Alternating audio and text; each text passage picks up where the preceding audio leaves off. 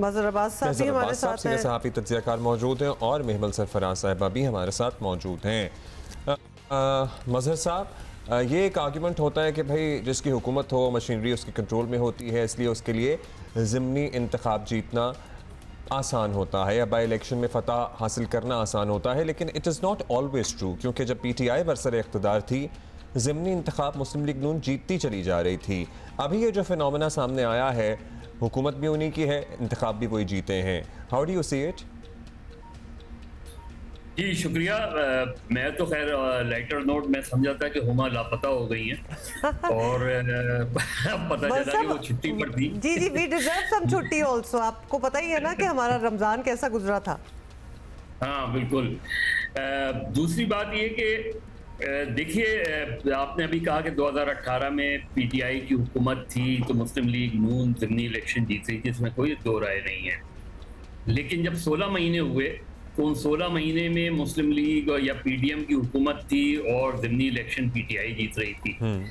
और अब ये जो जनरल इलेक्शन हुए हैं 8 फरवरी के, उन पर अभी भी बड़ा सवालिया निशान है। लेकिन देखिए, हम उसको तहरीक इंसाफ की शिकस्त या विक्ट्री की बात कर रहे हैं, लेकिन वो या तो आज़ाद उम्मीदवार के तौर पे लड़ रहे थे या सुन्नी इत्तेहाद कौंसिल के तौर पे लड़ रहे थे। इसलिए एक जमात के पास ना अपना सिंबल था ना लीडर था। ये बात हमें नज़रअंदाज नहीं करनी चाहिए सियासी तालिब इल्म की हैसियत से। लेकिन जो कुछ कल इलेक्शंस में हुआ उसमें PTI जो कहती है वो अपनी जगह है, लेकिन PTI के लिए भी बहुत सबक है इसमें। मेरे नुक्ते नज़र से जिस तरह 8 फरवरी को PTI का वोटर निकला, उस तरीके से कल उनका वोटर नहीं निकला और इसकी जिम्मेदारी PTI की तंजीमी जो सलाहियतें हैं उन पर हैं। देखिए, 8 फरवरी को भी PTI का वोटर निकला था, वोटर ने फैसला किया था और वोटर ने ही सब कुछ किया था। तंजीम उस वक्त भी PTI की कमज़ोर नज़र आ रही थी और कल भी PTI की तंजीम कमज़ोर नज़र आ रही थी, जिसकी मिसाल आप ये ले लें कि कल ज़िमनी इलेक्शन था, पंजाब में बड़ा ज़िमनी इलेक्शन था, जो है लाहौर में देख लें, और उनके जो मेन प्लेयर थे अफजल मरवत साहब, वो कराची में मौजूद थे। मेरे नुक्ते नज़र से उनको कल पंजाब में होना चाहिए था, लेकिन वो यहाँ मौजूद थे और यहाँ जो कुछ हुआ वो बिल्कुल भी एक काबिल मजम्मत है।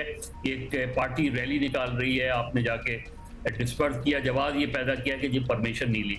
मैं आपको दर्जनों रेड जोन में होने वाली रैलीज और मुजाहरों की मिसाल दे सकता हूं कि जिसकी परमिशन नहीं ली जाती लेकिन वो मुजाहरे हो जाते हैं।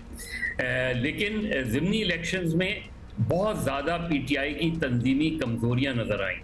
हमें नज़र आया कि PTI ने जिस तरीके से वो ऑर्गेनाइजेशन बना रहे थे कि पंजाब की और मरकज़ की और कभी कोर कमेटी के ऊपर एक एडॉक कमेटी के ऊपर आपसी झगड़े, इख्तिलाफात, मुख्तलिफ बयानात, मुख्तलिफ रहनुमाओं के, वो भी ज़रा ज़्यादा हो रहे हैं आजकल। आपको भी यही लग रहा है कि मिसमैनेजमेंट और थोड़ी सी डिसऑर्गेनाइजेशन जो PTI में रिसेंटली देखने में आई है, जहाँ जो टॉप लीडरशिप है इस वक्त उनके भी आपस में इख्तलाफात जो थे वो मिलते नहीं थे।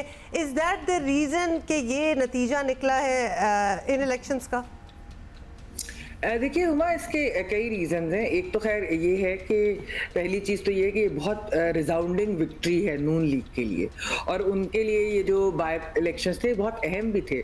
जिस तरीके से कल वो कंफर्टेबली जीते हैं पंजाब के अंदर, तो पंजाब के अंदर उनकी हुकूमत ऑलरेडी उसके कंफर्टेबल नंबर्स थे। वफाक के अंदर भी एलाइज के साथ मिलकर एक नून लीग की हुकूमत के पास कंफर्टेबल नंबर्स हैं। अगर आप ओवरऑल जो कोलिशन के नंबर्स देखें तो ये उनके लिए एक बहुत अहम इलेक्शंस थे, क्योंकि एक तो फरवरी 8 की जो एक कंट्रोवर्सी बनी हुई थी, फिर जो इस तरह की बात होती थी कि नून लीग की तो शायद कोई मकबूलियत है ही नहीं, लेकिन कल उन्होंने जिस तरीके से वो जीते हैं, एक तो उनके लिए ये बहुत ही खुशाइन बात है नून लीग की हुकूमत के लिए कि उन्होंने ये प्रूव किया है कि वो काम भी कर रहे हैं और साथ साथ ये कि उन्होंने अपने वोटर को निकाला भी है। बाई इलेक्शन में वैसे तो कम वोट्स पड़ते हैं, यानी वोटर टर्नआउट अगर आप जनरली देखें ऑब्वियसली जनरल इलेक्शन से कंपेयर तो वैसे ही कम होता है। फिर दूसरी चीज ये कि जो आप पीटीआई की बात करिए, पीटीआई के देखिए बहुत सारे रीजन होते हैं। वैसे तो जो बगैर बल्ले के और डिफरेंट निशानों के और इतनी ज्यादा सीट थी जनरल इलेक्शंस के अंदर, तो वो फिर भी उन्होंने काफी मेजोरिटी सीट्स उन्होंने जीती, यानी कि जो 92 सीट्स उनकी वफाक में सबसे ज्यादा लार्जेस्ट पार्टी बनकर उभरी। तो उसके बावजूद वो मुश्किलात उन्होंने उस वक्त जो है वो अबूर भी की। लेकिन इस वक्त जो है एक तो ये कि जो लीडरशिप की आपस में लड़ाई है, ये भी चीजें होती हैं। फिर ये भी हो जाता है कि वर्कर जो है वो डिमोटिवेटेड भी हो जाता है। इमरान खान साहब इस वक्त जेल में हैं। आपने देखा है कि बाहर हम जब लीडर्स की इनकी बातें सुनते हैं तो उसमें कॉन्ट्रडिक्शन भी होती है, नहीं एक बात कोई कह रहा होता कोई दूसरा। फिर इनकी ग्रुपबाजियां भी बहुत है, वो भी हमारे सामने इतने ज्यादा आते हैं। मतलब वो बेशक पंजाब की लीडरशिप के अंदर हो, वो बेशक खैबर पख्तूनख्वा की लीडरशिप के अंदर हो, आए दिन कोई ना कोई नई चीज, कोई नई स्टोरी, कोई नया स्कैंडल भी आया होता है। तो जो और जिन्होंने यानी कि जिस लीडरशिप ने वर्कर्स को मोटिवेट करना है फरवरी 8 के इलेक्शंस के लिए, तो एक वैसे ही खान साहब के ऊपर जिस तरह से जो केसेस के रिजल्ट्स, जिस तरीके से केसेस के जो फैसले आ रहे थे जल्दबाजी में, कोई ड्यू प्रोसेस नहीं था। फिर खास तौर पे जो इद्दत केस था उसके बाद भी एक रिएक्शन आया, लोग बड़े मोटिवेटेड भी थे। तो उससे वोट बैंक कम होने के बजाय वोट बैंक बढ़ गया था, आपको लगता है जनरल इलेक्शन में पीटीआई का? नहीं अब्दुल्ला, मैंने कहा मोटिवेटेड थे वोटर। हाँ, और उससे जाहिर है मोटिवेटेड थे और वोट बैंक बढ़ गया, फिर वोट ज्यादा पड़े अल्टीमेटली। जी, तो इस वक्त जो है इसमें मोटिवेशन नहीं नजर आई। एक तो खैर वैसे भी बाई इलेक्शंस की वो वाली बज़ नहीं होती जनरली भी जो जनरल इलेक्शंस होते, लेकिन ये इलेक्शंस अहम थे। तो लेकिन लगा ऐसे है कि शायद पीटीआई के वोटर्स को। अच्छा, एक बात जरूर हमने आप ही की बात से लेते हुए मज़हर साहब से पूछनी है कि अभी तो हुकूमत को चंद ही ज़ाहिर हफ्ते हुए हैं, ट्रेलर ही है ना जो अभी हमने देखा है। पंजाब में मरीम नवाज साहिबा बहुत मुतहर्रिक नज़र आ रही हैं, फिर शहबाज शरीफ अपनी तय कोशिश कर रहे हैं, ऑल्दो वहाँ कोई बहुत बड़ी एज इन ठीक है सऊदी वफ्द आया, सारा कुछ हो रहा है। लेकिन क्या लगता है आपको मज़हर साहब, कहीं ना कहीं वो फैक्टर भी है, अगर पंजाब की बात कर लें सिर्फ, कि भाई ये बीबी आई हैं, पहली खातून वज़ीर आला हैं, ठीक ही काम कर रही हैं, रोटी भी सस्ती करने की कोशिश की है, हमारे इलाके में गलियां भी साफ़ हो रही हैं, तो अब ठीक है हम इसी को कंटिन्यू करते हैं, और फिर इसलिए भी इनको वोट ज़्यादा पड़ा है। देखिए, जिस तरह अभी मैमल भी कह रही थी, इस वक्त ये जो गवर्नमेंट बनी है, गवर्नमेंट बनने का एक इम्पैक्ट इस हद तक तो आता है कि एक तरफ जो पीटीआई का वोटर है वो डिमोरलाइज भी हुआ है कि इतनी बड़ी तादाद में उसने निकल के वोट दिया, लेकिन नताइज उनके नज़दीक नताइज पूरे तब्दील कर दिए गए। और हालांकि इसके बावजूद भी जो आज़ाद ग्रुप था या सुन्नी इत्तेहाद कौंसिल का जिसको नाम दिया गया, वो सिंगल लार्जेस्ट ग्रुप बन के उभरा इन तमाम रुकावटों के बावजूद। लेकिन ऐसा लग रहा था कि ज़िमनी इलेक्शंस में शायद उन्हें यही एहसास हो रहा हो, यही महसूस हो रहा हो कि जी हम निकल के वोट देते हैं लेकिन उसके नतीजे मुख्तलिफ हो जाते हैं। ये पीटीआई का चैलेंज था कि पीटीआई ने तंजीमी तौर पर जाके उन्हें यह एहसास होना चाहिए था कि बाई इलेक्शन एक मुश्किल इलेक्शन होता है, इस लिहाज से कि जनरल इलेक्शन में एक फ़ज़ा बनी हुई होती है, उसमें लोग निकल आते हैं। ज़िमनी इलेक्शन में आपको लोगों को निकालना पड़ता है, लोगों का खुद निकल आना और लोगों को निकालने में फ़र्क होता है। 8 फरवरी को लोग खुद निकले, लेकिन कल लोगों को निकालने में पीटीआई अपनी तंजीमी कमजोरियों की वजह से कामयाब नहीं हो सकी। लेकिन इसका एक दूसरा एस्पेक्ट है, अभी मैं आता तारड़ साहब को सुन रहा था, 5 कौमी असम्बली के कल इंतखाबात थे, उनमें से 2 जो है मुस्लिम लीग नून ने जीते। सवाल ये है कि बाकी 3 क्यों नहीं जीते? यानी पंजाब में मुस्लिम लीग नून की परफॉर्मेंस अच्छी नजर आती है, खैबर पख्तूनख्वा और सिंध में नहीं नजर आती। खैबर पख्तूनख्वा में एक बार फिर तहरीक इंसाफ ने अपनी जो 2013 ऑनवर्ड्स जो उनकी जो अक्सरियत थी उसको बरकरार रखा। इसी तरह सिंध में पीपल्स पार्टी वहीं की वहीं खड़ी नजर आ रही है हमें, वहाँ कोई उनको चैलेंजर नहीं नज़र आता। खैबर पख्तूनख्वा में कोई चैलेंजर नहीं नज़र आता। बलूचिस्तान में अलबत्ता मुस्लिम लीग नून ने एक जीती और एक जो है वो बीएनपी मैंगल ने जीती। तो हमें ऐसा लगता है कि जो पॉलिटिकल पोलराइजेशन है वो अपनी जगह बरकरार है। हुकूमत की परफॉर्मेंस पर तो वोट नहीं पड़ा होगा क्योंकि अभी तो बहुत अर्ली स्टेज है। हाँ, ये 2-2.5 साल बाद कोई बाई इलेक्शन हो तो उसमें आप ये कह सकते हैं कि शायद परफॉर्मेंस का वोट हो।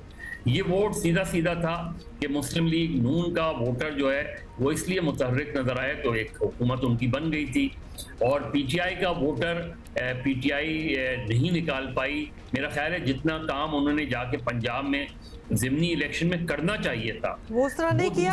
और फिर जो रिजल्ट्स आए मजहर साहब, वो आपका भी यही कहना है कि वो ऑलमोस्ट एक्सपेक्टेड ही था, इसी तरह ही होगा। अच्छा ये बताएं, जनरल इलेक्शन में देखा जाए और अब ज़िमनी इलेक्शन में भी हम देख रहे हैं कि धांधली के इल्ज़ामात बिल्कुल वहीं के वहीं हैं। इनफैक्ट मुनस इलाही, हमाद अजहर, इनका कहना कि गुजरात में तो बैलेट बॉक्सेस मिले हैं जो ऑलरेडी फुल थे। अब इसकी बड़ी सीरियस ऑब्वियसली ये इल्ज़ाम भी है और इसको वैसे भी तहकीकात होनी चाहिए क्योंकि ये पीछे से बात चलती हुई आ रही है, लेकिन आपको लगता है वो सीरियसनेस है ऐसी इल्ज़ामात को इन्वेस्टिगेट करने में?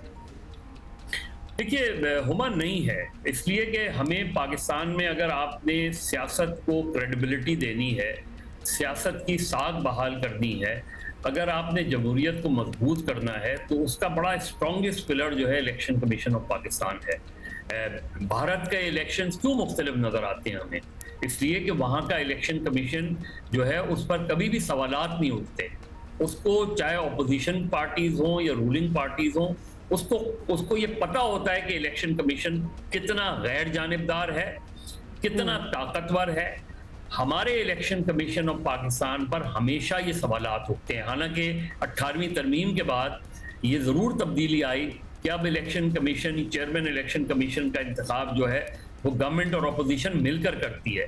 तो ये पाकिस्तान की सियासी जमातों की भी जिम्मेदारी है कि अगर कोई चीफ इलेक्शन कमिश्नर नाकाम नज़र आता है या उस पर इल्ज़ामात लगते हैं तो थोड़ा इल्ज़ाम अपने ऊपर भी लेना चाहिए इन जमातों को, क्योंकि आपके ही मशवरे से वो चीफ इलेक्शन कमिश्नर लगता है, आप ही के मशवरे से।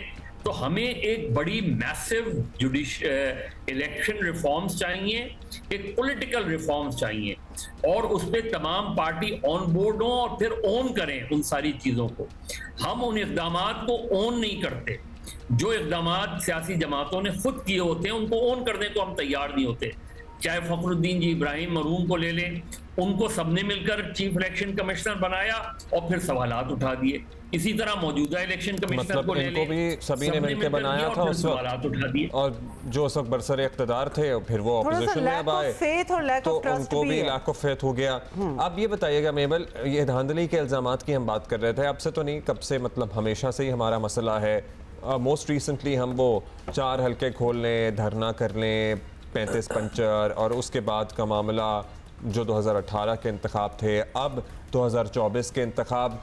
आपको लगता है कि हमारी सियासी जमातें कभी इस मामले को 1000 दफ़ा हम इलेक्शन रिफॉर्म की बात कर लें, फलां ढमका, इसको सीरियसली एड्रेस करेंगी कि हाँ भाई हम सब मिलके कोशिश करते हैं कि अगला जो इलेक्शन हो उसके नतीजे सब तस्लीम करें? लेकिन उसमें भी क्या गारंटी है कि कोई मानेगा? ये भी एक इम्पोर्टेंट फैक्टर है, क्योंकि हम में अपनी बहसियत इंडिविजुअल्स भी इतनी ग्रेस नहीं होती, अपना फैसला ही नहीं मानते, इतनी ग्रेस नहीं होती। बहुत कम लोगों में इतनी ग्रेस होती है कि वो मान लें कि वो हार गए। देखिए अब्दुल्ला, इलेक्शन में कंट्रोवर्सीज तो होती हैं, कंट्रोवर्शियल इलेक्शंस भी हुए, लेकिन आपको मालूम है कि 2013 के जो इलेक्शंस थे वो रिलेटिवली फ्री एंड फेयर, जो सारी अगर आप रिपोर्ट्स देखें और इस तरह उसके बारे में बात की, लेकिन उसके बावजूद एक कंट्रोवर्सी बनाई गई। ये 4 हल्कों का जिस तरह आपने जिक्र किया, वो खान साहब ने उसको एक कंट्रोवर्सी बनाई, 126 दिन का धरना तक दिया, और भी जो है पूरे आप देखें कि पूरा वो टेन्योर था, उसके अंदर उन्होंने गवर्नमेंट को सही तरीके से वो मतलब कोशिश यही थी कि गवर्नमेंट अपनी गवर्नेंस ना कर सके प्रॉपर तरीके से, जिस तरह उन्होंने किया। लेकिन उसके बाद हमने देखा ये जो 2018 और 2024 के इलेक्शन, ये बहुत अहम है। कंट्रोवर्सीज जिस तरीके की हुई, लेकिन क्यों हुई? क्योंकि एक जो 2018 में हाइब्रिड की बुनियाद रखी गई, अब लगता है कि उस हाइब्रिड की परमानेंस आ गई है। तो जो इलेक्शन रिजल्ट्स हैं, जिस तरीके की कंट्रोवर्सी हुई, रिगिंग के एलिगेशंस हुए, सब कुछ हुए, उसके बावजूद भी लगता नहीं है कि कोई इन्वेस्टिगेशन अकाउंटेबिलिटी ना 2018 की होगी ना अब की होगी। इस वजह से, क्योंकि ये जो आपने बात बहुत अहम की कि सियासतदान क्या इकट्ठे मिलकर बैठेंगे? सियासतदानों को बैठना तो जरूर चाहिए। अगर वो इकट्ठे मिलकर नहीं बैठेंगे तो फिर एक तो हाइब्रिड निजाम मजबूत से मजबूत तर होता जाएगा और फिर वो परमानेंट भी हो सकता है, फिर उसको रोल बैक करना बहुत मुश्किल होगा। सियासतदानों के लिए इस वक्त जो है बहुत अहम चीज है कि वो इकट्ठे बैठें और वो इस निजाम को रोल बैक करने की कोशिश करें, ताकि अगले इलेक्शंस की जो है वो क्रेडिबिलिटी हो।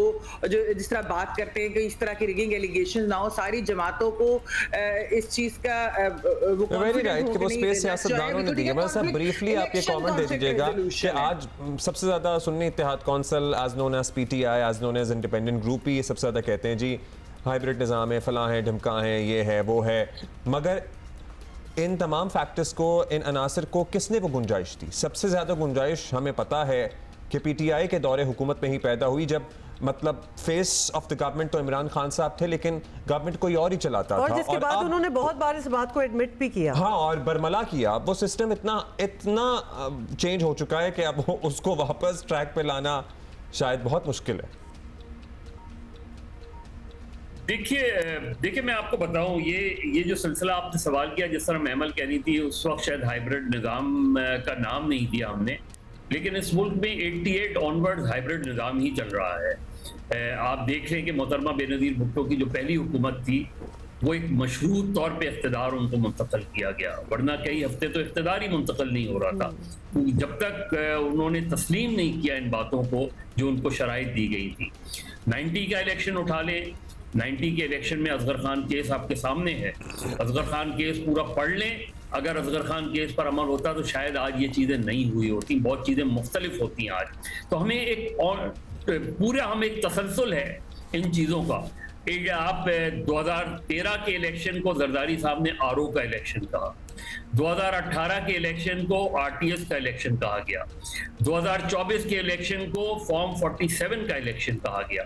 इसका मतलब यह है कि पाकिस्तान में जो पिछले 15-16 साल से मुसलसल एक तरीके से सिविलियन हुकूमत है, हम एक तरीके से ही कह सकते हैं सिविलियन हुकूमत है, वहां हर इलेक्शन पर सवालिया निशान। हाँ साहब, ये सब कुछ होता रहा था और मार्शल लॉ, डिक्टेटरशिप्स कितनी थी, उसके बाद ही चार्टर ऑफ डेमोक्रेसी हुआ था और कहीं ना कहीं मुस्लिम लीग नून और पीपल्स पार्टी ने ये तय कर लिया था कि अब भाई गैर सियासी कुव्वतों को वो गुंजाइश या वो जगह नहीं देंगी। In any case, this is all the time we have for this discussion, मदद साहब। Thank you. ये डिस्कशन तो हमारी शाम तक भी चल सकती है। मतलब ये तो वो बातें हैं जो एक्चुअली इससे पहले भी हम करते आए हैं और अभी भी कर रहे हैं।